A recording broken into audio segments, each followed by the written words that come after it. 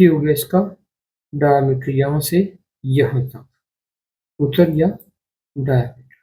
ठीक हो गया। इससे हम कनेक्ट कर देते हैं ताकि पता चले ये सारा इतना लंबा इसका है डायमीटर, या उर्दू में से कहेंगे उत्तर। तो ये जो सेंटर है ना, सेंटर को उर्दू में कहेंगे मरकज। क्या कहेंगे? मरकज। ये दायरा का मरकज है जहाँ पर हमने सुई रखकर ये दायरा लगाया था। अच्छा, इसमें ना एक और तीसरी चीज भी होती है, उसको हम रेड से शो कर देते हैं। ये सेंटर से इसके किसी भी साइड पर लगने वाली जो लाइन होती है ना, यानी ये वो लाइन है जितनी प्रकार खोली थी हमने, इतनी प्रकार खोली थी, इसको कहेंगे इसका रदास। उर्दू में क्या कहेंगे? रदास।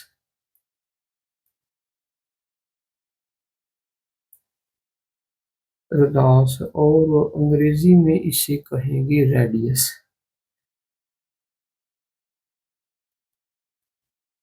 उर्दू में रदास और अंग्रेजी में इसे कहेंगे रेडियस।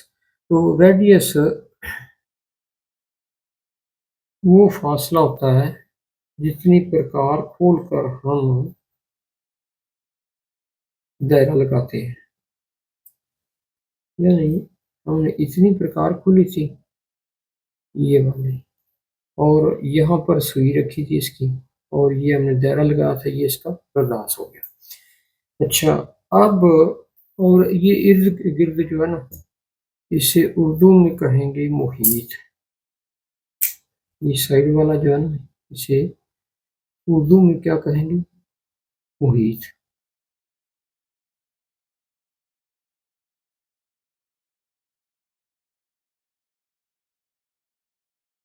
ये दायरे का मुहीत है, ये जो चारों तरफ है ये क्या दायरे का मुहीत है।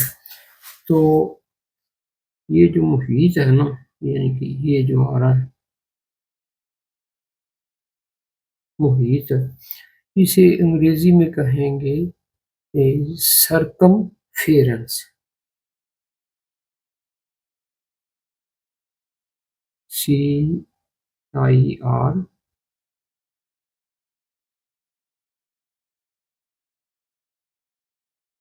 CUM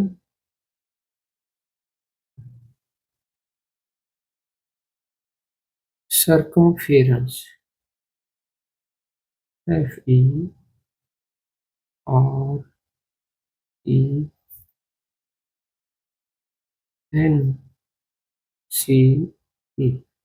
यानी ये सर्कमफेरेंस है, और ये इसका शो करते हैं तीर के जरिए कि ये चारों तरफ से आ रहा है, और ये समझने के इधर को ही जा रहा है या उधर से आ रहा है।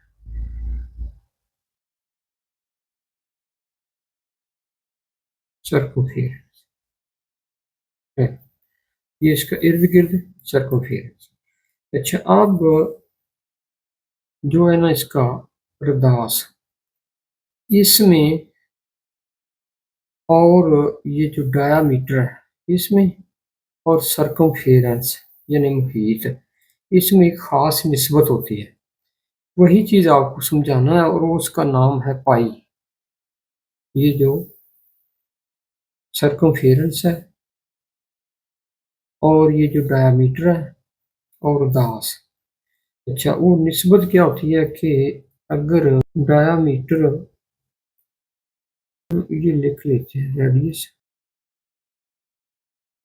रेडियस निस्बत डायामीटर निस्बत ये सर्कमफेरेंस,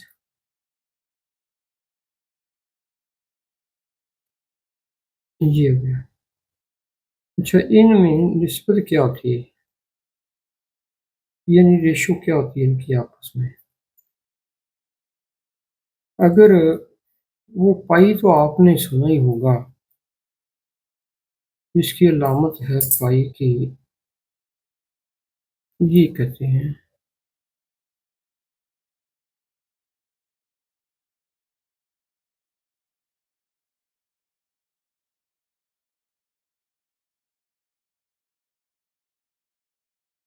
वाई बटा सात, वाई बराबर वाई बटा सात। तो ये पाई क्या है? ये होता है अगर 22, ये क्या होगा 22, तो ये होगा 7, ये क्या होगा 7। और ये रेडियस जो है ना ये होगा 3 यानी 3.5।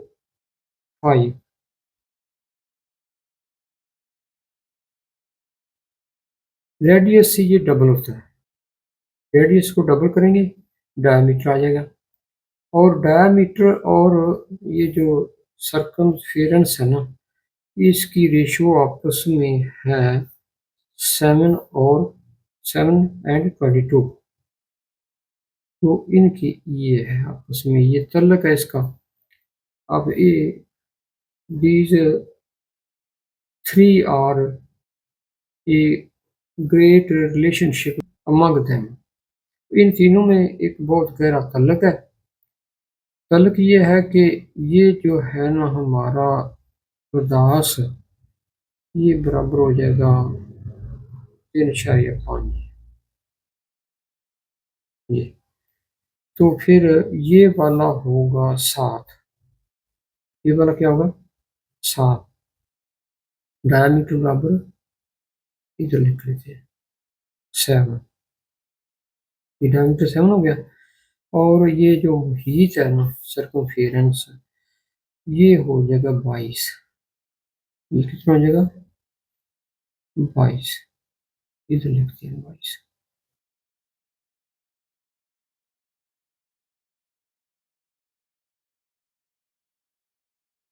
ये अच्छा, अब इनको अगर डबल कर लेते हैं,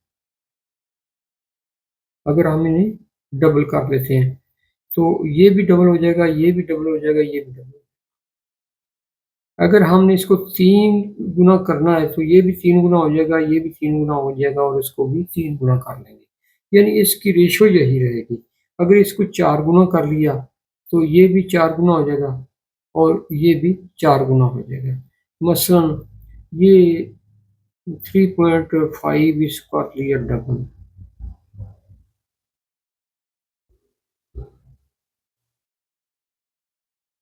डबल तो ये डबल करके ये हो जाएगा 7, ये हो जाएगा 14 और ये 22 को डबल करके हो जाएगा 44। ठीक हो गया। अगर इसको कर लिया ट्रिपल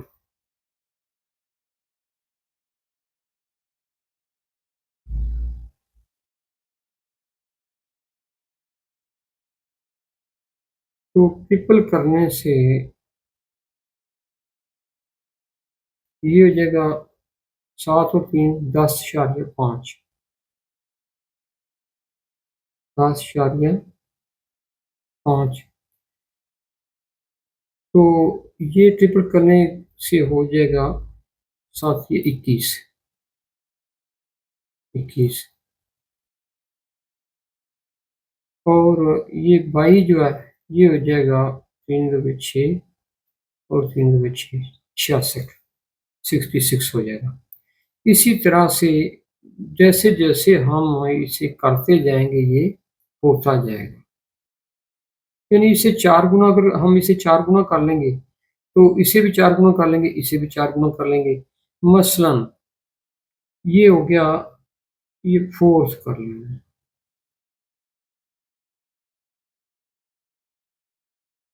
4 टाइम्स कर लें, 4 गुना कर लिया, 4 गुना कर लिया। ये 7 7 क्या हो जाएगा 14,